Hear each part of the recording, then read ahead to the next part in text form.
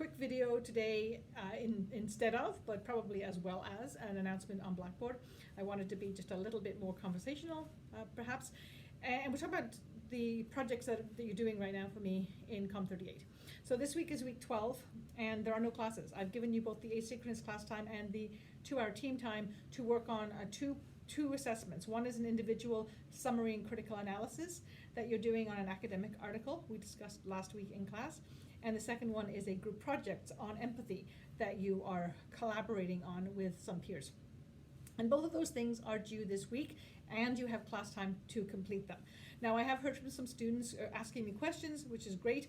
I will be available, by the way, this week. If you want to meet with me individually or in groups, I'm happy to arrange that over the course of the week before your project is due, if you have questions or concerns. So please don't hesitate to email me if you would like a meeting set up.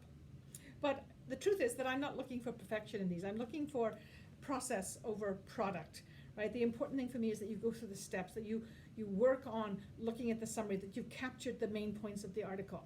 And then in your critical analysis, I'm looking to see, have you engaged with those main points? Do you agree? Do you disagree? Do you have further ideas that allow you to further connect with the material you're reading about and apply it perhaps to your own unique circumstances? So that's kind of what I'm looking for in that summary and critical analysis. And it's not necessarily going to be perfect. It's a first step.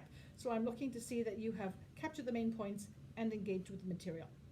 For the group project, again, it's about attempting to take information from multiple sources and synthesize it into something that makes sense for the general public, right, in a way that is understandable for people who have not read these academic sources.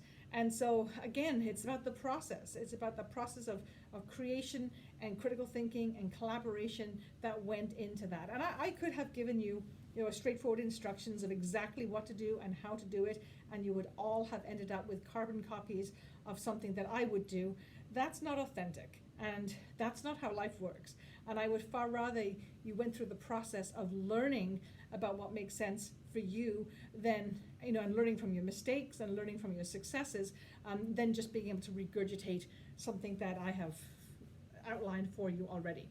There's a place for memorization and regurgitation, but I don't think that this class is it. So that's just to maybe put your mind at ease. I'll be looking at the process, not the final product.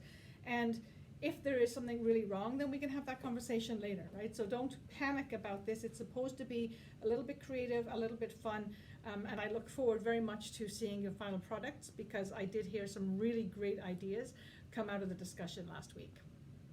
So that's the first thing. The second thing is the capstone, which we're going to be doing a simplified version of the capstone in weeks 13 and 14. And it will be designed to be done primarily during the 6 hours of class time. Although, given that people read at different paces and write at different paces, you may need to do a bit of extra work. But I'm really trying to simplify it to go through the process again without putting a lot of overwhelming time restrictions on you at what I know is a busy time of year. So that's coming next week. There will be no classes again, but I will be holding workshops on both Thursdays to help you with any questions or concerns you have as you work through that project. All right. I will hopefully by Friday this week.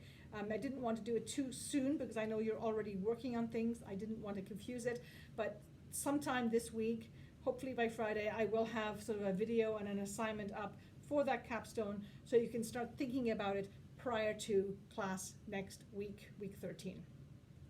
The final thing I want to do, and I really have 45 seconds left to capture this, is I want to talk about grades. I don't believe in grades in writing classes. I think feedback is far more important.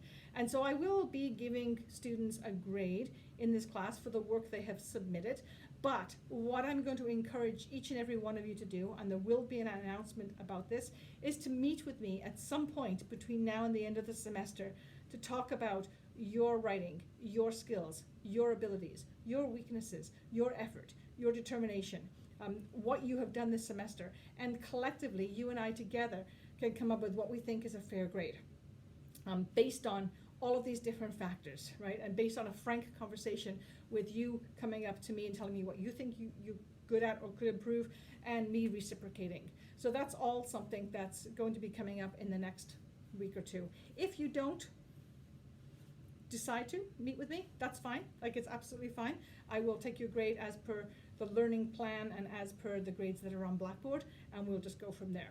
As you know, I am very flexible with grades. I have always been very flexible with grades, in part because I know writing is difficult for students, and I don't want to discourage people. And I do want you to meet the learning objectives, but we can all do that in our own ways. Okay, so that's just sort of a little bit of background about the way I like to grade, and I guess we'll see what that looks like for you at the end of the semester. Thanks.